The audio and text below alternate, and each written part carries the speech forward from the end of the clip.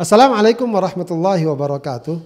Bismillah walhamdulillah wassalatu wassalamu ala rasulillah amma ba'du. Sahabat Dream di mana saja berada, semoga kita selalu berada dalam perlindungan, kasih sayang dan barokah Allah Subhanahu wa taala. Kita akan lanjutkan kajian kita membahas kitab Bulughul Maram, masih tentang puasa atau Kitabus Shiyam.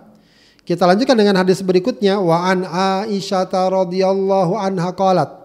Dari Aisyah radhiyallahu anha dia berkata, kana Nabiyyu sallallahu alaihi wasallam yuqabbilu wa huwa shaim.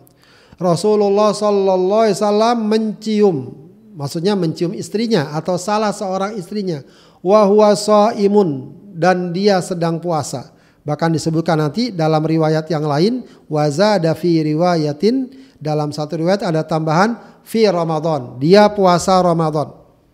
Wa yubashiru wa huwa shaim, beliau pun Rasulullah menggauli istrinya saat dia sedang puasa. Walakinnahu kana amlakakum liirbihi, akan tetapi dia adalah orang yang paling mampu. Amlakakum ay malaka nafsahu inda syahwatiha, orang yang masih mampu mengendalikan dirinya saat dia sedang berada di dalam syahwat. Ya. Muttafaqun alaih, Bukhari dan Muslim, wallafdhu li Muslim, redaksi hadis ini dari Muslim, wazada fi riwayah, dalam satu riwayat dia menambahkan fi Ramadan, di bulan Ramadan, artinya beliau mencium atau mencumbu istrinya saat beliau puasa di bulan Ramadan. Sahabat hadirin yang dimuliakan Allah Subhanahu wa taala, Al-Muallif Ibnu Hajar Al-Asqalani sejak hadis ini dan berikutnya akan banyak berbicara atau menyampaikan dan mengutip hadis-hadis yang berkaitan dengan pembatal puasa. Kalau sebelumnya kita katakan pembatal pahala puasa, maka sisi lain yang juga harus kita hindari pembatal hukum puasa. Ya.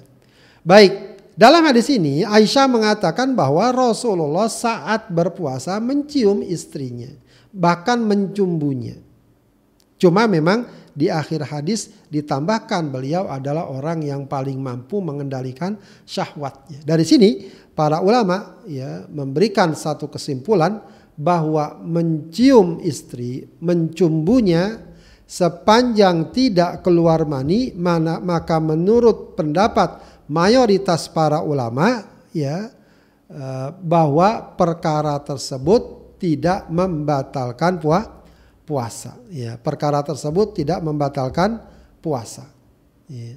Tapi kalau dengan sebab itu seseorang menjadi keluar mani, maka ulama dalam 4 mazhab sepakat bahwa tindakan tersebut membatalkan puasa. Ya. Jadi mencumbu istri saat puasa itu tidak membatalkan. Namun tentu saja perkara ini bukan kemudian kita sikapi lepas karena nggak batal maka pas di siang hari puasa kita cumbu istri kita. Tentu saja kita hindari, kita tinggalkan hal itu, akan lebih hati-hati dan akan lebih menjaga kualitas puasa kita. Karena puasa lagi-lagi substansinya adalah apa? Mengendalikan syahwat, menahan syahwat. Ya. Kalau dia mencumbu istrinya, mencium istrinya, maka sedikit banyak hal tersebut menandakan dia tidak dapat mengendalikan syahwatnya. Memang tadi kita katakan kalau tidak sampai keluar mani tidak membatalkan puasa. Namun setidaknya kalau itu kita tinggalkan, karena itu tadi kata Aisyah tambahannya, walakinnahu amlakakum liirbihi. Rasulullah melakukan itu karena memang apa? Rasulullah adalah orang yang paling mampu mengendalikan syahwatnya. Begitu ya. Jadi lebih baik ditinggalkan. Kecuali wallahu alam kalau ciuman yang mungkin sekedar apa istilahnya kebiasaan yang sudah sangat standar. Biasanya ada sebagian orang suami ketika berangkat kerja mencium istrinya, mencium keningnya, pipinya dan semacamnya. Itu insya Allah tidak mengapa. Ya, tidak mengapa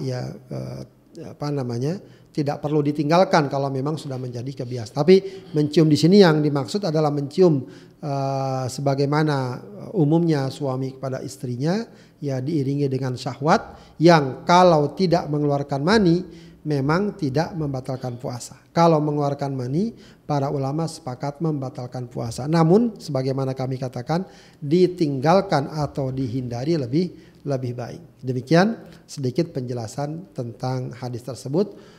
Wassallallahu wasallam ala sayyidina Muhammadin wa ala alihi wa sahbihi wasallam walhamdulillahi rabbil alamin. Assalamualaikum warahmatullahi wabarakatuh.